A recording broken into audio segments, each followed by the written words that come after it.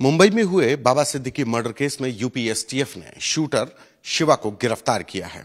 हमारे साथ बात करने के लिए उत्तर प्रदेश के एडीजी लॉ एंड ऑर्डर और एसटीएफ चीफ अमिताभ यश सर हैं। सर, कैसे ये कामयाबी मिली, क्योंकि महाराष्ट्र का सबसे बड़ा चैलेंजिंग और देश का सनसनीखेज मर्डर था ये।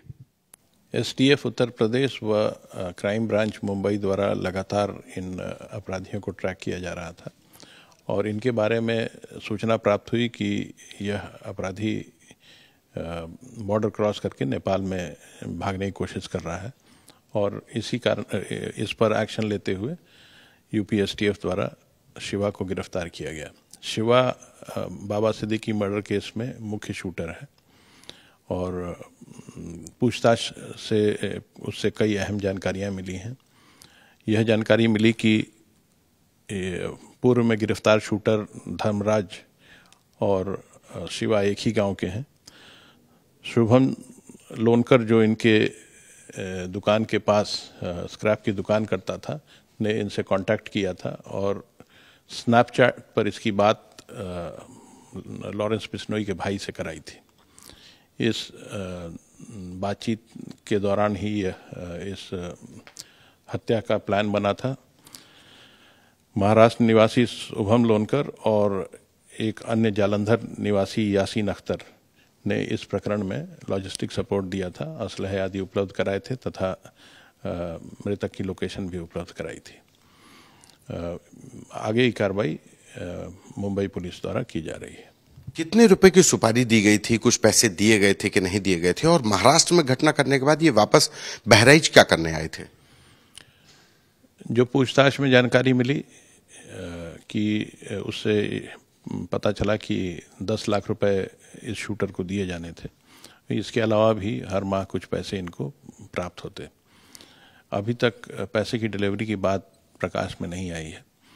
ये मुंबई से पुणे आए और पुणे से संभवतः ट्रेन से झांसी, फिर लखनऊ और उसके बाद बहराइच गए।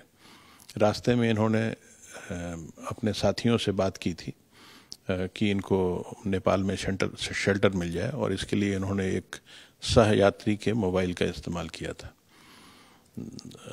समस्त जानकारी प्राप्त करने के बाद एसटीएफ लगातार इनको ट्रैक कर रही थी और फाइनली बहराइच जनपद में इसे अरेस्ट कर लिया गया। ये नेपाल भाग जाते, अगर 2-4 घंटे की देर होती तो शायद ये भाग गया होता नेपाल में, जिस तरीके से हाइडआउट्स बना लिए थे। इसे सही समय पर अरेस्ट कर लिया गया और अगर ये बॉर्डर क्रॉस कर जाते तो फिर गिरफ्तारी बहुत कॉम्प्लिकेटेड हो जाती और काफ़ी समय का हो सकता है हमें इंतज़ार करना पड़ता। सर, जिस तरीके से लॉरेंस बिश्नोई, इस बिश्नोई गैंग का नाम आ रहा है, उसका भाई अनमोल बिश्नोई इसके सीधे संपर्क में था और बहराइच के एक अनजान से गांव के शूटर्स बन गए, तो ये एक लॉरेंस बिश्नोई का मूवमेंट यूपी के लिए भी, अब यूपी एसटीएफ के लिए एक रडार पे रहेगा, चैलेंज रहेगा। यूपी एसटीएफ लगातार अपराधियों का, खास करके माफियाओं को ट्रैक करती है और उन पर नज़र बनाए रखती है और जब भी कोई सबूत या कोई इंसिडेंट होता है तो उस पर कार्रवाई भी करती है। तो ये एक सतत प्रक्रिया है। अन्य स्टेट्स द्वारा भी अगर कोई मदद मांगी जाती है तो यूपी एसटीएफ तथा UP police as a whole हमेशा कोऑपरेट करती है और इस प्रकरण में ये प्रकरण भी इसी का एक उदाहरण है। धन्यवाद।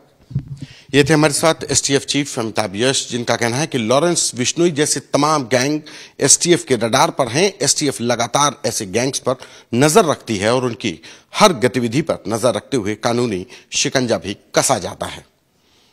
कैमरा पर्सन गौरव के साथ संतोष कुमार, आज तक।